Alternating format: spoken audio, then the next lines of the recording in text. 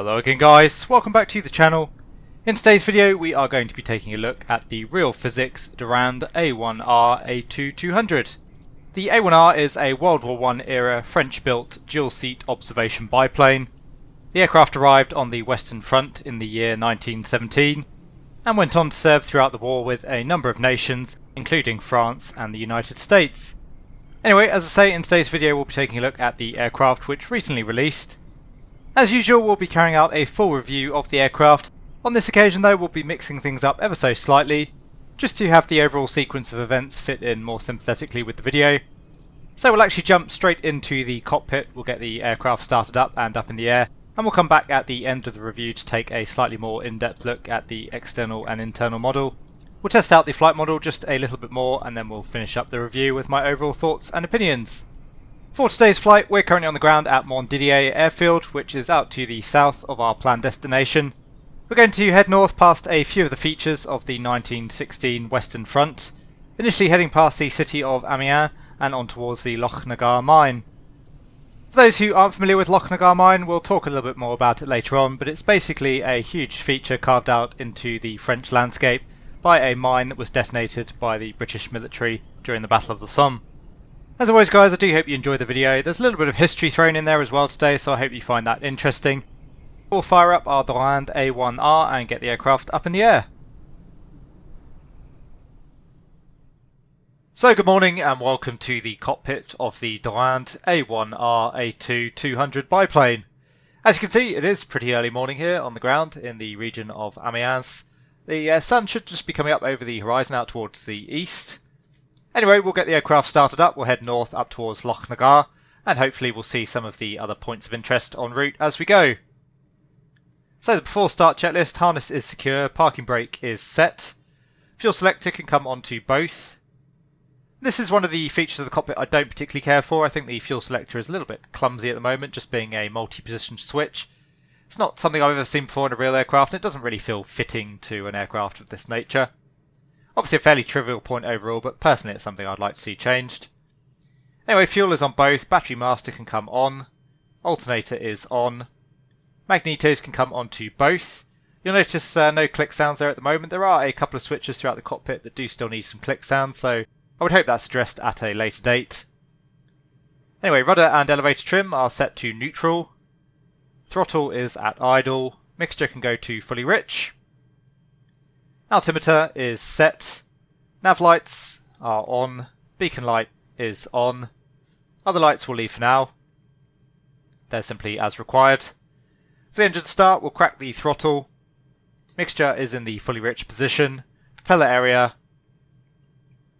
is clear, clear pop! Engine master can come on. And we have a good start. Adjusting the throttle to idle around 300 RPM. So fuel flow, we should see a positive fuel flow according to the checklist provided with the aircraft. Currently still showing 0. I did see it peak just ever so slightly during the start, so maybe that just needs some slight adjustment still at the moment. Manifold pressure is checked, suction is checked, engine speed is checked. Oil pressure showing about 30 psi there at the moment. We're looking for a minimum of 20, so that's checked. Alternator, we're showing a negative charge there at the moment, but that's probably as per the bug that's been in the sim for quite some time now. And the voltmeter is checked. So before taxi checklist, engine is idling at around 300 RPM. Oil pressure is above minimum. Oil temperature, we're looking for 105 degrees Fahrenheit. We're showing about 110 there, so that's within limits. Landing light can come on. Avionics can come on. We'll leave the radio off for today. We're not going to be using it, just for the aesthetic of the flight really. Seems more period appropriate to leave it off. Likewise, we'll leave the GPS off. That's another thing I'd really like to see in the aircraft. It is nice to have a GPS option, and I like that it's been done aesthetically in line with the aircraft, but it would certainly be nice to be able to turn this off and deselect it altogether from the cockpit. I'm sure many others will agree. Transponder, again we'll leave that off. So for the taxi out, we don't want to exceed 1200 RPM, we'll make sure we don't do that. Brake can come off. The runway is just out at our 3 o'clock more or less, very short taxi. We'll take the westerly runway just to cut down on the taxi time. Coming back on the stick. And just gentle on the RPM increase there, making sure we don't exceed 1200. As you can hear, overall the engine sounds are rather lovely. The rest of the sound I think needs still a bit of work in the aircraft. You'll see that as we fly, but the engine sounds really good. See the sun there just peeking up over the horizon, as I mentioned. It's probably coming up to about 6 AM local I think now here in northern France. And the runway is just off at our 11 o'clock there. You can see the markings at the threshold. So come back on the brakes, park brake can come on. Come back to idle, 300 RPM. And before takeoff checklist, harness is secure, mixture is rich. Trims are set for takeoff. Flight instruments are checked. Radio, transponder, nav and GPS are all off. Landing light is on, strobe lights can come on. ATC clearance not required. And a quick flight control check.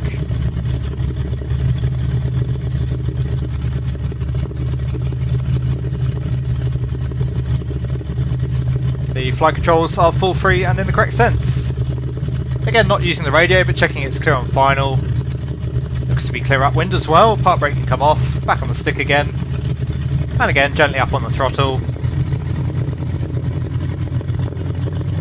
So we'll get ourselves lined up on the westerly runway. We'll be departing out to the north, so heading of 341 we're looking for initially. That'll take us out towards the Amiens NDB. Not that we'll be using the NDB, of course, we'll be navigating entirely visually today. Again, period appropriate for the aircraft.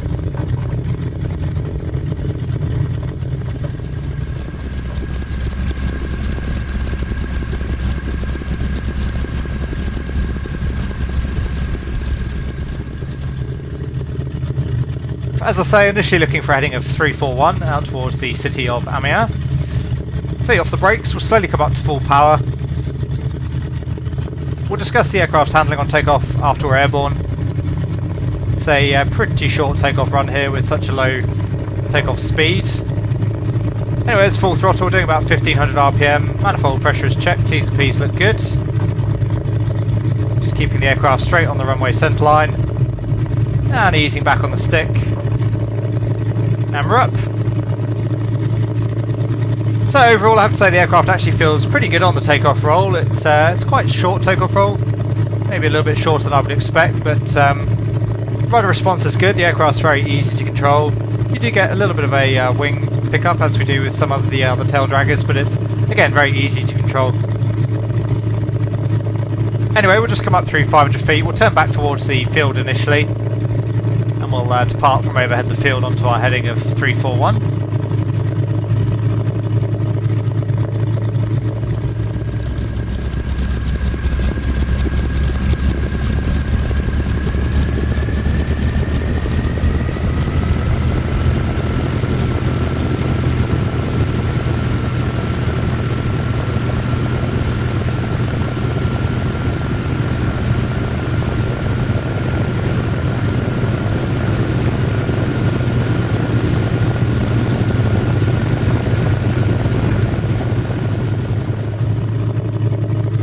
Climb up to around 1500 feet or so. We'll stay nice and low. You can see we've got a couple of wind turbines there just off at our 2 o'clock. And again, the sun's still peeking up over the horizon. Anyway, there's the airfield just down below us at our 10 o'clock. Make a bit of a beeline towards that.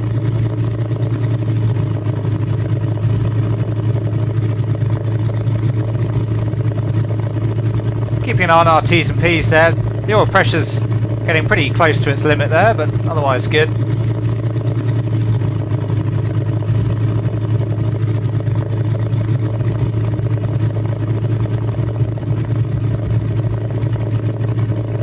There's 1500 feet, so we'll level off. We're not going to worry too much about maintaining our altitude today though. Really the aim of the flight is to enjoy the scenery as we go. Build up a little bit more airspeed And we'll come back to 25 inches on the manifold pressure.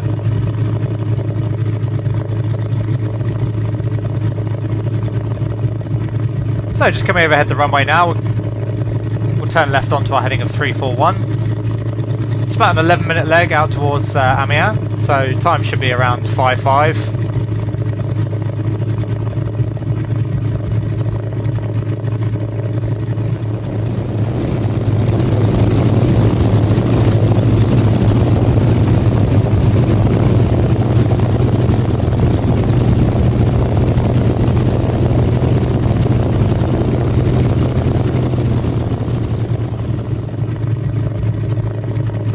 So the aircraft trimmed off more or less now, and it's a very pleasant aircraft to fly, I have to say.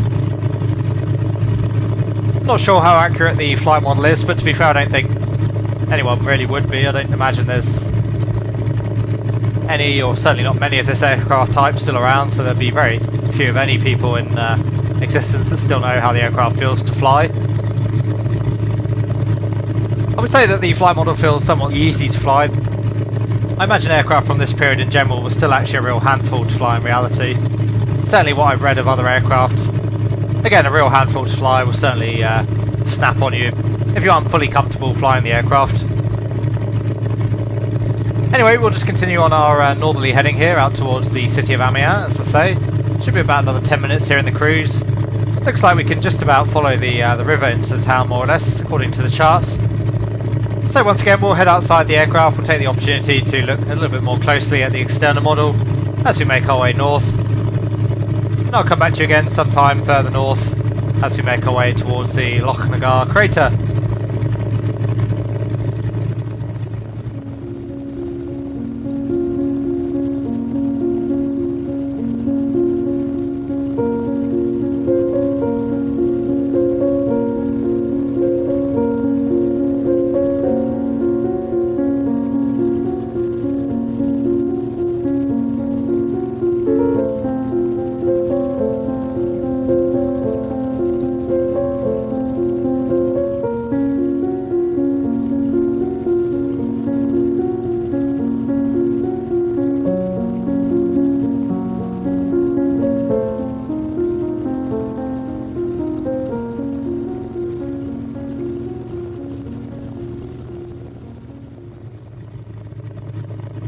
So we should just be coming up on our first waypoint now, just out towards the east of the city of Amiens. Amiens, for anyone that's not familiar, of course, one of the more famous battles of World War I. It was actually where the opening phase of the Allied offensive took place on the 8th of August 1918. It ultimately led to the end of the First World War, where the Allies on the first day managed to advance over 7 miles, which might not sound like a whole lot, but it was actually one of the greatest advances of the war.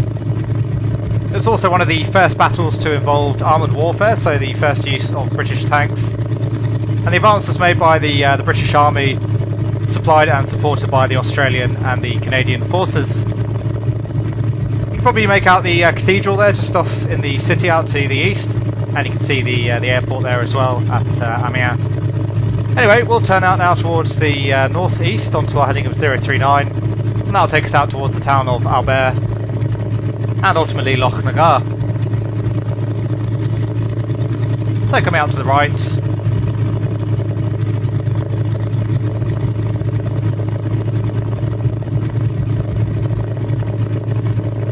again the aircraft pleasant to fly, and I have to say it's really nice for cruising around as well. The cruise speed, as you can see, more or less 70 knots.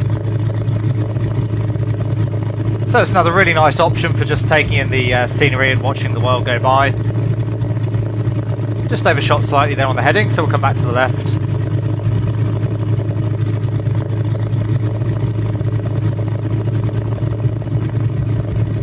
Yeah, I think this would be a great aircraft for beginners. It's really stable once it's trimmed. As I say, very easy to fly. It doesn't really seem to have too many vices. And again, I would question how accurate that is, but not every aircraft needs to have a study level flight model, of course, to be enjoyable. So we're good on the heading now. The time out towards Lochnagar is 14 minutes, so expecting to arrive around 10 minutes past the hour.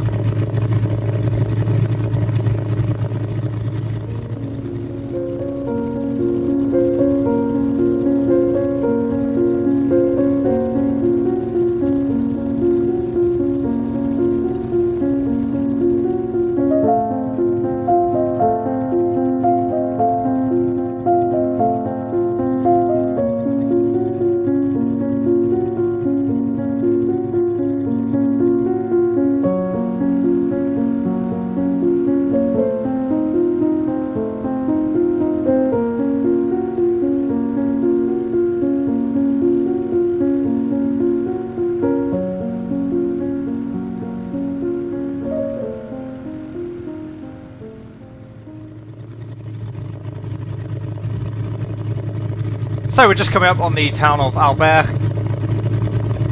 So I think the roundabout's just off our 1 o'clock. Yeah, sure enough, there's the roundabout. You can just make it out. So we'll follow this main road. That will split off out to the right, as you can see. There's a Y-shaped intersection. Follow that out to the right, and I think we can already make out the crater. It's just off to the south of the road there.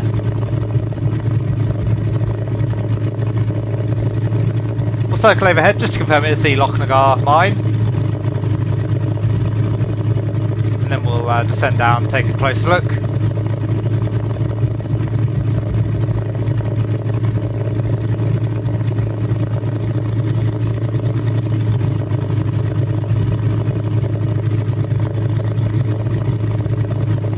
Swing back out to the right, we'll do a left-hand orbit around the crater.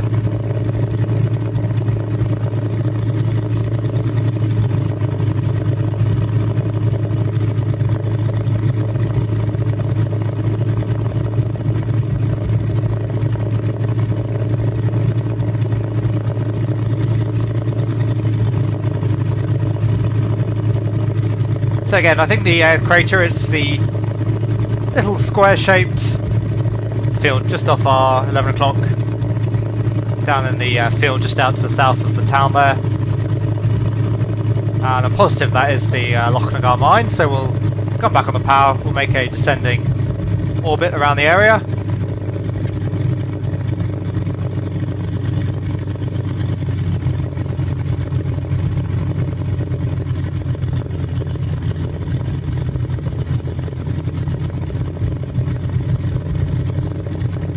As you can see, even to this day, quite a huge scar on the landscape caused by the detonation of the mine. The crater was actually kept as a memorial. As you can see, it's pretty substantial. I believe it's about 100 meters in width and about 30 in depth.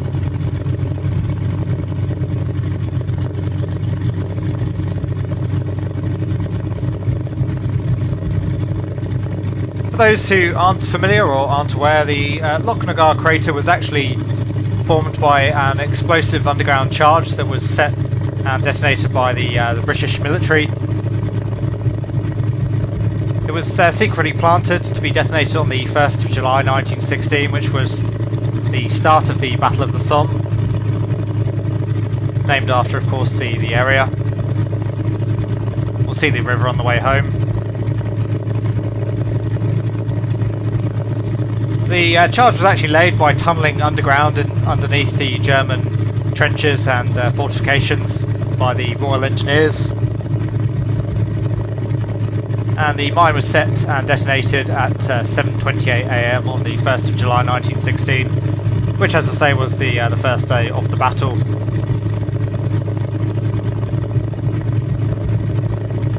The explosion was initiated by Captain James Young of the 179th Tunnelling Company of the Royal Engineers, and at the time it was the largest mine ever detonated. The sound from the blast was actually considered to be the loudest ever man-made sound at the time, and was said to be heard all the way from London, which gives you some idea as to the ferocity of the explosion. And the earth was actually thrown over 4,000 feet into the air by the mine. It was seen by members of the Royal Flying Corps. So quite an awesome display of firepower, obviously a very deadly one too, sadly.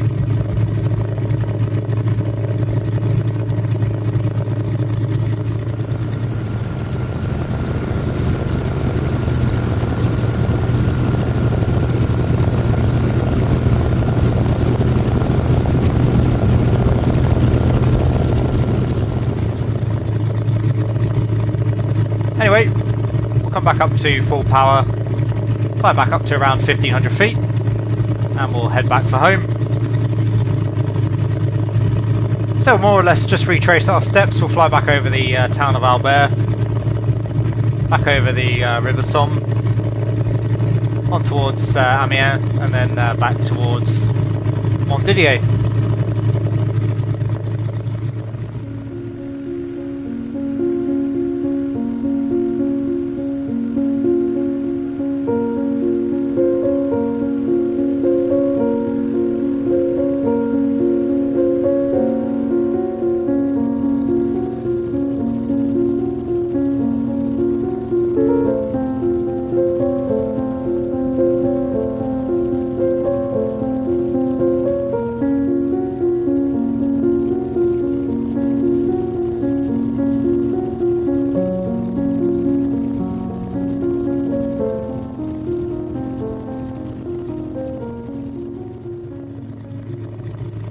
So we're actually just passing over the River Somme at the moment. Of course, again, the name completely infamous when it comes to World War I battles, Battle of the Somme. That leads out from the east, from the city of Amiens, which is just off our right wing. So we'll come back onto heading now. We're looking for heading of 160.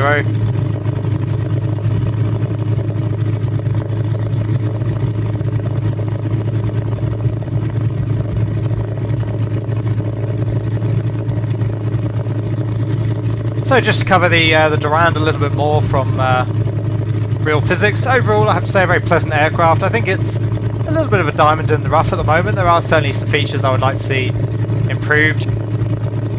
You'll notice, for example, there's no external pilot models, which for me I really dislike on aircraft. I know some people actually prefer it, looking at it more as a replica of the machine rather than a flying machine that you want to take up in the sim, but I think it really looks a little bit strange to be flying around without any aircrew.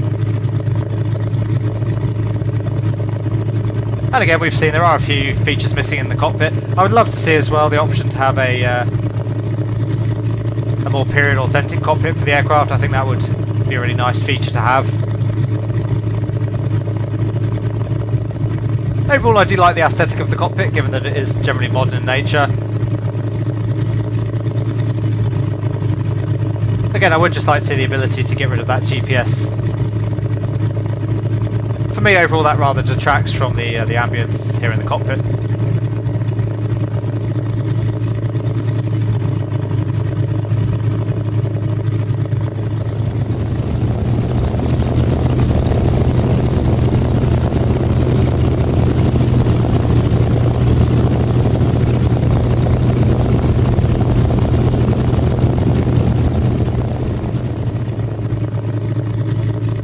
So we're just approaching our home airfield again of Montdidier. You can just see the runway out at our 11 o'clock there. You can see the windmills again out to the south.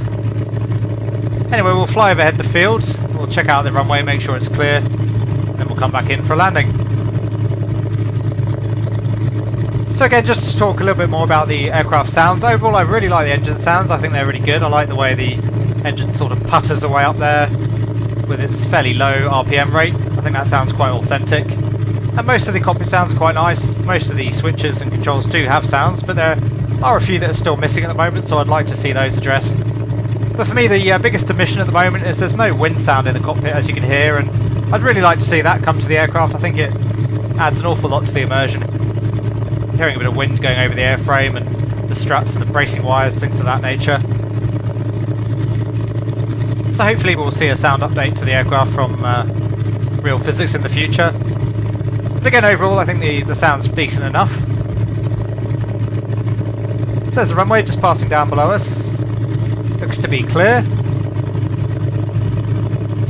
We'll come back slightly on the power. We'll start a descent down into a downwind leg for a left-hand circuit.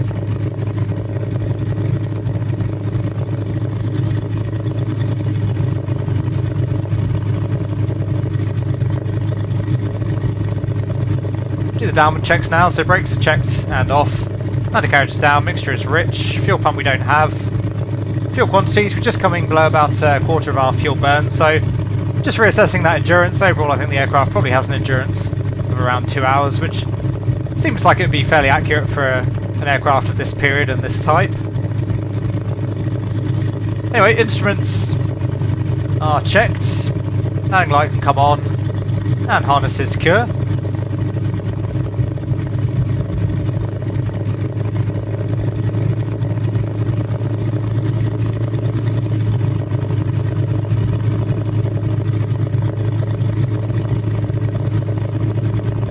It's going to take us quite a while here to get into our base leg position with the aircraft pootling along at 70 knots. Anyway, we'll land on the westerly runway, we'll taxi back to the parking area, we'll get the aircraft shut down, and as I say, we'll do things slightly in reverse. I'll show you a few more shots of the external model and the internal model, give you more of a feel for the modelling and the texturing. That'll be a little bit easy now that the daylight conditions are a little bit better as well. And then we'll cap off the review. I'll give you my overall thoughts and feelings on the aircraft. So we'll start turning on to base. Again, coming on that power, let the speed slowly bleed back as well now.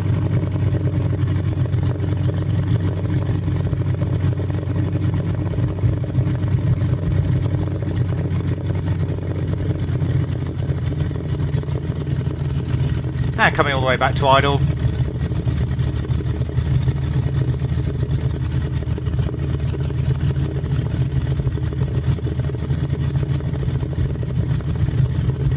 A little bit tricky to see the runway with the sun behind us. Just side slipping the aircraft slightly here just to lose a little bit of altitude.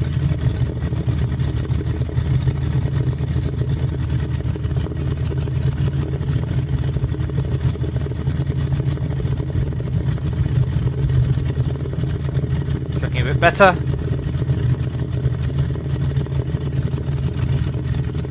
And just coming over the threshold, holding the aircraft off. It's quite difficult to judge our altitude at the moment with the sun position as it is. A bit tricky to make out the ground. There's touchdown.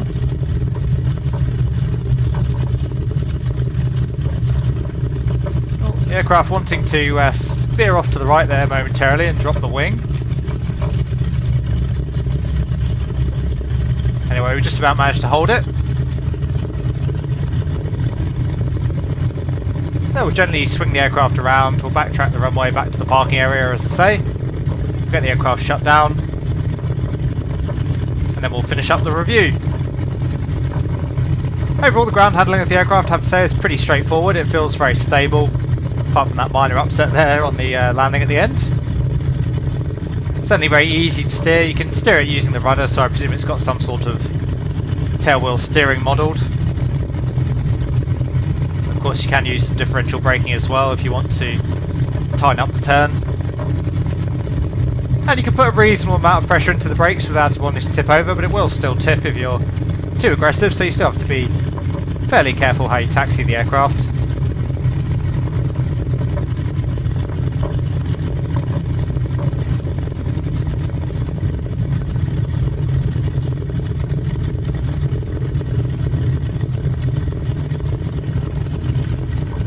Get ourselves parked up on this little on this hardened surface here.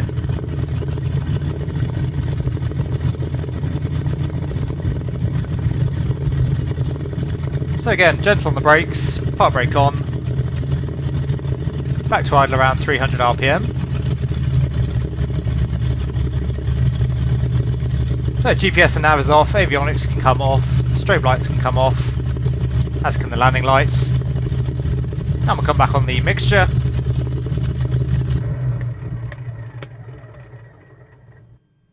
So we have a good shutdown. So we've got the landing light off there. Anyway, mixture is at idle cutoff, beacon can come off, as can the position lights. Magnetos can come off, and we'll get the master off. So that's the aircraft shut down. As I say, we'll now look a little bit more at some of the texturing modelling in the internal cockpit, the bits that you didn't get to see. And then we'll wrap up the review with my overall thoughts and opinions on the product. So hopefully through the course of this flight you should have got a good feel for the aircraft's level of quality in terms of its modelling and texturing, both internally and externally. We'll just briefly recap now though, and we'll run through some of the areas that you may have missed during the flight. So obviously overall the cockpit is done to a nice standard. I think the aesthetics that Real Physics have gone for with the cockpit is probably not to everyone's taste. But it does look very smart, very sleek. Overall, I do really like the cockpit, although I have to say the aircraft would certainly benefit from having the option to have a more period realistic setup as well. Certainly there needs to be an option to remove that AFB. I think that the cockpit just needs a little bit more tightening up in terms of attention to detail. For example, we notice some of the switches missing sounds. The panel is done to a good standard though, the gauges in particular, very nicely done, very crisp, very sharp. Even when we zoom right in, the level of detail is still there. And overall I do like the texturing that Real Physics has gone for with the cockpit. Coming down into the footwell, and the level of detail there is rather crude, but I suspect that's probably true to life of the real aircraft. It's probably quite Spartan in terms of its interior fittings. Again, overall it holds up quite well, particularly given that you won't be seeing much of this area throughout the flight. The rear cockpit is much the same, again very Spartan, but it's nice to see it's been modelled and again textured to a reasonable degree. We do have a fixed machine gun at the rear of the aircraft, but there's no functionality there, it's purely for display. Generally speaking though, with the few exceptions that we've already mentioned, I do like the feel and the aesthetic that Real Physics have created with their Dorand. Lastly, we'll just take a little bit of a look at the internal lighting, as we didn't get to see it throughout the course of the review. Overall, the internal lighting is good. It's certainly more than you would expect from an aircraft of this era. We do have basic instrument lighting, and we also have a rheostat to adjust the intensity of the lighting, which I think is nice. Coming out to the external model of the aircraft now, and I think this is where the aircraft really shines. The A1R is not an aircraft that I'm familiar with by any means, but it does seem to me that Real Physics have done a very nice job with the external model of the aircraft. Pretty much everything looks period authentic to me as far as the textures chosen for the materials on the aircraft go. I do like in particular the texturing given to the canvas of the aircraft's airframe, and the colouring as well looks very authentic with that slightly washed out feel to it. There are a couple of areas where the texturing is perhaps slightly more questionable, the wheels for me being one of them. Again, I could be completely wrong, and it may well be accurate to the aircraft, but looking at the texturing on the wheels, I would struggle to hazard a guess as to what material they're supposed to be made of. And the same goes for the engine cowling. Whilst I'm sure that many of the manufacturing processes during the late 1910s were still fairly crude, even in aviation, the texturing on the engine cowling there just looking a little bit too rough and ready, I think. Once again though, overall these were the few minor exceptions that I found with the external model. Generally speaking, I think the aircraft looks very nice. Real Physics have also gone to the trouble of modelling the engine, which I do think is a nice touch, given that you won't really see it unless you get yourself underneath the engine cowling. Anyway, I do have one or two more things to say about the aircraft's modelling, but we'll cover that during the conclusion. We'll now head back up into the skies, just test out the flight model a little bit more, and then we'll wrap up the review. So one last little test before we wrap up the review. We're just going to put the aircraft through a few manoeuvres just to get a better feel for the flight modelling and the aircraft's general handling. So first thing we'll do, we'll try a relatively high G turn out to the left just to see how the aircraft behaves there. Roll rate of the aircraft is pretty slow, I have to say, but that's probably fairly accurate. Anyway, coming full back on the stick there to maintain altitude, speed slowly bleeding off. And if we maintain the turn, you'll see the aircraft does want to drop the wing. Almost going into a spin there, but actually recoverable, the speed coming back up. Come back on the power, try a power off stall. So again, full back stick there now, a little bit of buffeting. The engine actually quitting on us. Still got full back stick. So you can see the nose did drop. The aircraft was actually slightly hesitant to go into the spin initially. And once we built up the airspeed, I kept full backstick throughout that entire manoeuvre. And the aircraft actually self-recovering from the spin once the airspeed built back up. Nice to see as well that the engine restarted once we got some airflow going over the prop. So overall the aircraft does spin, but it will recover incredibly easily. In fact, there's no input needed from the pilot to recover. Just try one last power on stall, and then we'll try a loop, and then we'll finish up. So this is full power, speed coming back. Full back on the stick, again the nose drops. No real spin behaviour there initially, but then ultimately the aircraft does enter into the spin. But again, completely self-recovering there, I did absolutely nothing on the controls, maintained full back stick throughout. So lastly we'll just do our loop, again just to see how the aircraft feels at pitch. In roll it's rather heavy, it does have rather a slow roll rate. Again, I don't expect that unrealistic from an aircraft of this period. Pretty close to the ground here, but just for the sake of the review we'll carry out the loop anyway. So it's 120 knots, back on the stick. Pitch feels reasonable. Coming through the top of the loop, back off the power. Yeah, so overall not bad, but it does feel quite stable, probably a little bit too much for an aircraft of this period. Really I would expect an aircraft like this to really come back and bite you if it's mishandled. But for me, again, this aircraft is not really about the flight model, it's much more about a pleasant aircraft in which you can cruise around. So there you go guys, I hope you enjoyed our little demonstration of the Dorand A1R from Real Physics. I hope also that you enjoyed the little tour of history there around the Western Front. Anyway, as usual, we'll wrap up the review by going through my thoughts and opinions on the product. starting with the negatives and working our way through to the positives. So starting with the negatives, I think it's fair to say that overall there are no glaring errors with the Dorand A1R from real physics. There are, however, a number of areas that I think could either use some work or a little bit of tidying up. We mentioned most of them throughout the flight, but we'll recap them once again for the sake of the review. So starting with the external modelling and texturing, again there were a couple of external textures that I would question the authenticity of, but again that could just be my lack of familiarity with the aircraft. It may well be that those textures are accurate. So for me, the only significant issue with the external model of the aircraft, and it is certainly one that I would like to see addressed, I would like to see the addition of a couple of 3D crew to the external model, and ideally the internal model as well. For me, it just looks very strange when flying along, particularly of course when viewed externally, that the aircraft has no crew on board. It really draws your eye away from what is otherwise a very beautiful model, and the aircraft looks a little bit like a ghost plane, which I really don't think any of us wants to see. Other than that though, as I say, I think the external model is actually done very nicely. Internally, for the most part, the aircraft gets a thumbs up, both in terms of the modelling and the texturing. We've already mentioned some of the aesthetics and the design decisions within the cockpit. To some degree this is obviously personal preference, but I'm sure many people would appreciate the option to have a more modern or period accurate cockpit setup. I'm not a massive fan of the EFB, and certainly we need the option to remove it. A couple of the cockpit switches still need sounds adding to them. In terms of the aircraft sounds, overall I think they're pretty good. Externally they're quite nice, and internally, as I said, I really like the engine sounds. It would just be nice though to get a little bit more ambient sound in terms of wind noise, airframe noise, things of that nature. Systems wise, everything seemed to work pretty much as expected there. Obviously the Dorand A1R is a fairly simple aircraft, and most of the systems seem to work as one might expect. So as I say, overall the aircraft not bad, but it just has a few rough edges that do need neatening up.